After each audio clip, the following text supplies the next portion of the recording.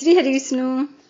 आज मैं आपको निर्जला एकादशी के बारे में बताने वाली हूँ कि इस व्रत को सर्वोत्तम क्यों माना गया है। 2020 में निर्जला एकादशी 2 जून दिन मंगलवार को रखा जाएगा और पारण अगले दिन सुबह यानी कि 3 जून सुबह 5:23 से 8:07 तक किया जा सकेगा। तो आइए जानते हैं कि इस एकादशी को सर्वोत्तम क्यों माना गया है।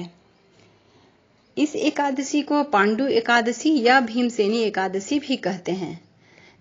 जैसा कि आप जानते हैं कि भीमसेन को अपने भूख पे काबू नहीं था।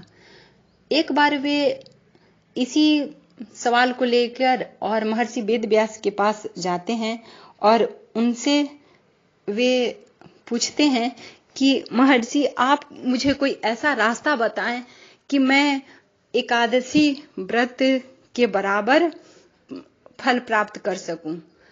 तो महर्षि वेदव्यास ने उन्हें कहा कि आप यदि अन्य 23 एकादशी नहीं करते हैं और 24वां एकादशी जो ज्येष्ठ महीना शुक्ल पक्ष में पड़ता है उस एकादशी को अगर आप निर्जला एकादशी का व्रत रखेंगे तो अन्य 23 एकादशी के बराबर ही फल आपको प्राप्त होगा।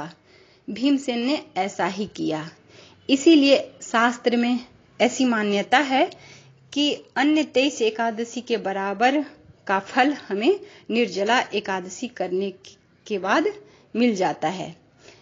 शास्त्र में यह भी कहा गया है कि इस एकादशी को करने से हमारे सारे पाप नष्ट होते हैं और हमें मोक्ष की प्राप्ति होती है। और इस व्रत को 10वीं तिथि के 12 बजे रात से और अगले दिन यानी कि एकादशी व्रत करने के बाद द्वादशी में जब पारण बने तभी व्रत को तोड़ना चाहिए। इस दिन भोजन और जल का त्याग करना चाहिए। लेकिन बहुत लोग ऐसे भी हैं जिनसे निर्जला व्रत नहीं रखा जाता है क्योंकि ज्येष्ठ के महीना में तो और भी प्यास लगते हैं। तो उस परिस्थिति में आप क्या करें? यदि आपसे निर्जला व्रत नहीं रखा जा रहा है तो आप रात्रि के समय यानी कि सूर्योदय के बाद ऊंचे स्थान पे जल को रख सकते हैं और जल को रखकर जिस प्रकार से पशु पानी पीते हैं यानी गाय माता जिस प्रकार से पानी में मुंह डालकर पीती है आप उसी प्रकार से पानी पी सकते हैं। लेकिन ध्यान रहे कि आपको जल में मुंह एक ही बार डालना है। एक बार में आप जितना पानी पी सके उतना ही पानी पिए।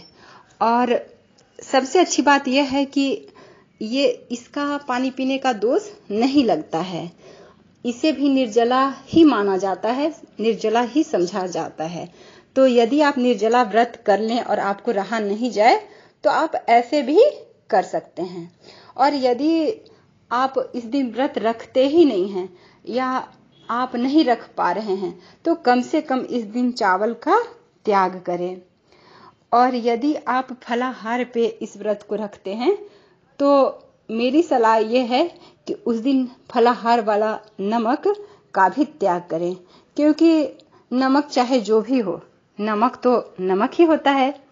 इसलिए आपको यदि एकादशी का पूर्ण फल प्राप्त करना है तो आप नमक का भी त्याग करें। और आप इस दिन दान क्या करें? तो समय के अनुसार ही दान करना चाहिए।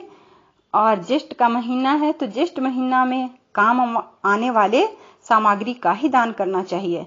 जैसे कि जल हो गया, जल से भरा घड़ा हो गया, शरबत हो गया, नींबू हो गया और छाता, चप्पल, जूता, इस प्रकार के चीजों का हमें दान करना चाहिए। पंखा हो गया, कूलर हो गया। अगर आप ये सब भी आपकी क्षमता जैसी है आप वैसे सामग्रियों को दान में शामिल करें। और सबसे बड़ी बात है कि आप अन्न का भी दान जरूर करें। लेकिन ध्यान रखें कि अन्न का दान आप द्वादशी तिथि में ही करें जिस दिन आप पारना करेंगे। और इस व्रत के प्रभाव से हमारे सारे पाप नष्ट हो जाते हैं। तो हमें ऐसा विश्वास भी रखना होगा। और सबसे बड़ी बात तो यह है कि हमें आस्था और विश्वास, ये सबसे बड़ी बात है। और श्रद्धा रखें। आपसे जिस प्रकार से भी व्रत का नियम पूरा होता है, जिस प्रकार से ही आप पालन कर पाते हैं, तो आप उसी प्रकार से व्रत करें। भगवान भाव के भूखे हैं। और आप समय मिले तो आप जरूर ओम नमो भगवते वासुदेवा का जाप करें, कथा सुने, आरती करें और जागरण करें। तब तक के लिए इतना ही। श्री हरि विष्णु।